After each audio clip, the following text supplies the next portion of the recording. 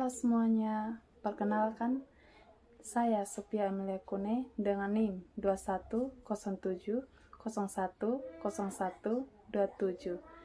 Saya mahasiswa Universitas Nusa Cendana Kupang, Fakultas Kesehatan Masyarakat, Prodi Ilmu Kesehatan Masyarakat, kelas C semester 2. Video ini dibuat agar memenuhi mata kuliah Biomedik 1.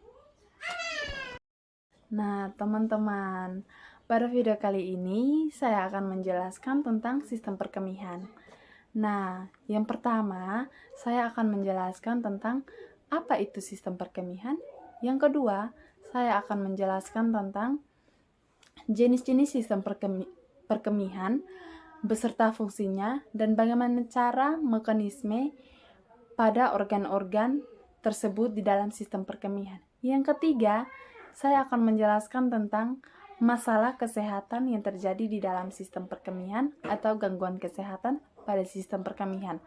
Yang keempat, yang terakhir pokok pembahasan yang saya bahas, yaitu upaya untuk mencegah agar tidak terjadinya masalah kesehatan di dalam sistem perkemihan. Yang pertama yang saya akan bahas yaitu apa itu sistem perkemihan? Sistem perkemihan merupakan sistem yang penting untuk membuang sisa-sisa metabolisme makanan yang dihasilkan oleh tubuh, terutama senyawa nitrogen seperti urea dan keratinin.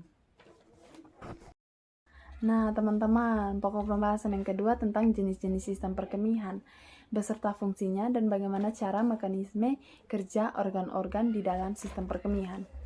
Sistem perkemihan terdiri dari beberapa organ, seperti ginjal, kandung kemih, ureter, dan uretra.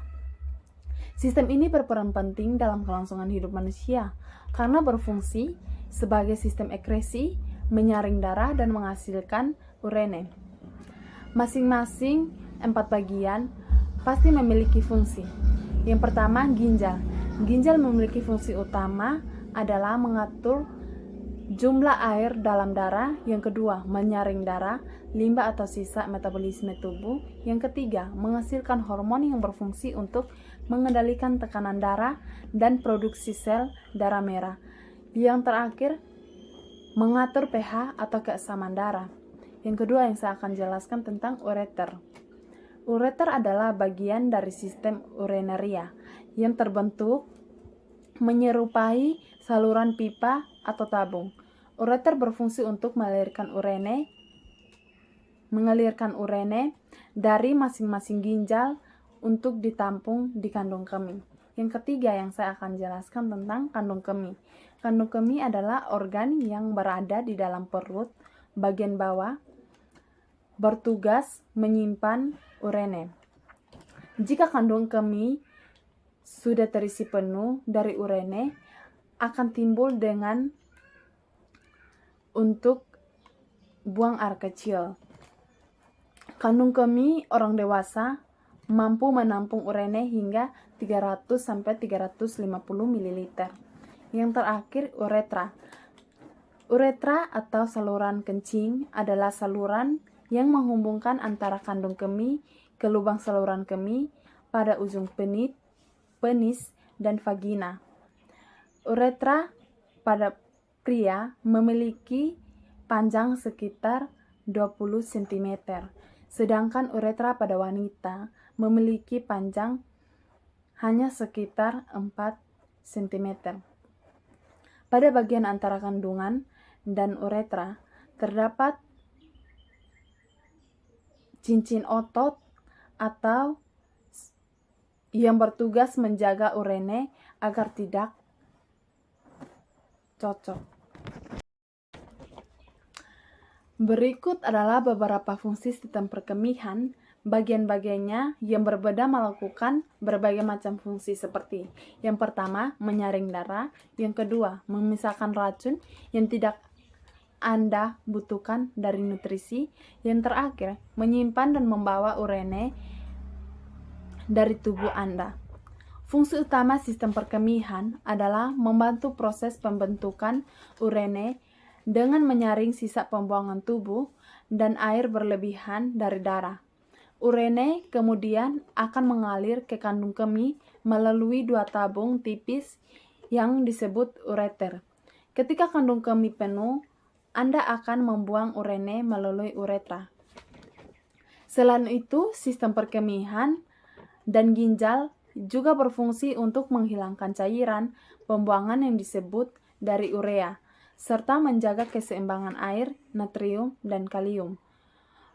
Produksi urea terjadi saat makanan yang mengandung protein pecah di dalam tubuh.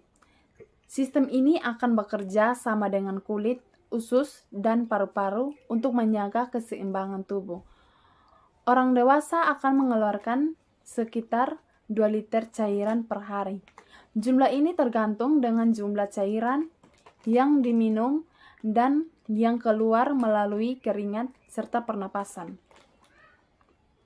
Ada pula cara bagaimana sistem perkemihan membersihkan di dalam tubuh, yaitu yang pertama, darah memasuki setiap ginjal melalui arteri kecil. Yang kedua, ginjal menyaring darah memisahkan racun dan nutrisi.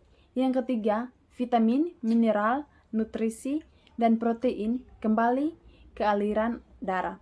Yang keempat, produk sisa metabolisme dan urine bergerak melalui ureter ke kandung kemih.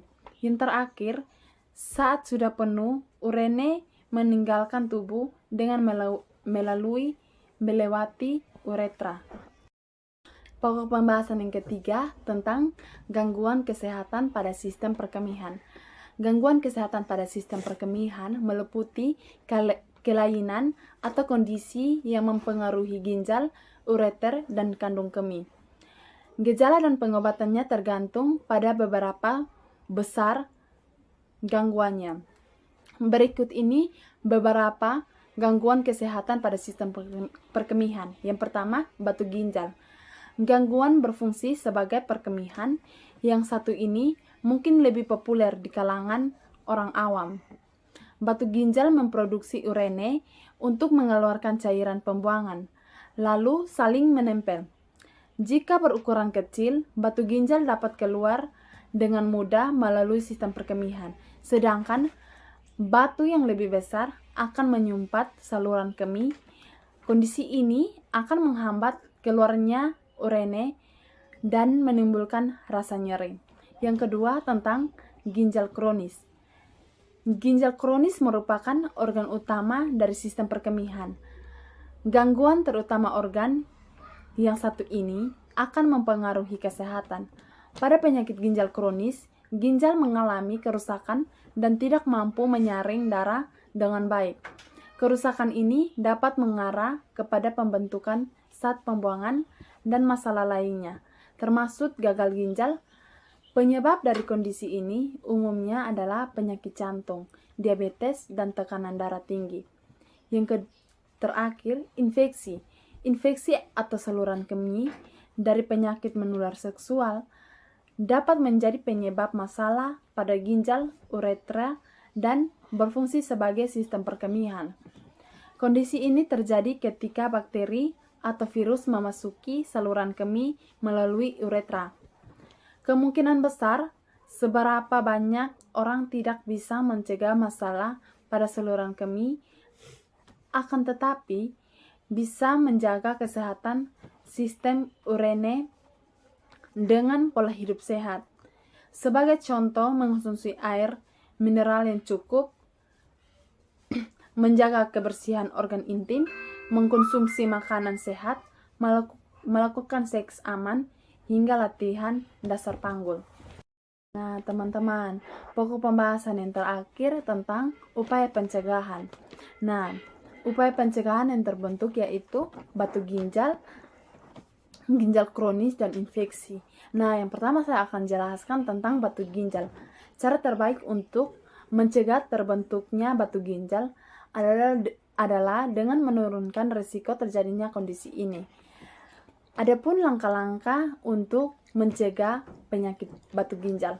Yang pertama, banyak minum air putih, yaitu 2 atau sampai 3 liter setiap hari atau pada cuaca panas. Yang kedua, berkonsultasi dengan dokter jika harus mengkonsumsi suplemen kalsium atau vitamin. Yang ketiga, mengurangi konsumsi makanan yang menyebabkan asam urat tinggi. Yang keempat, menurunkan berat badan atau menjaga berat badan agar tetap ideal. Yang terakhir, tidak mengkonsumsi makanan tinggi kalsium serta berlebihan seperti kacang, susu, daging sapi, dan yogurt.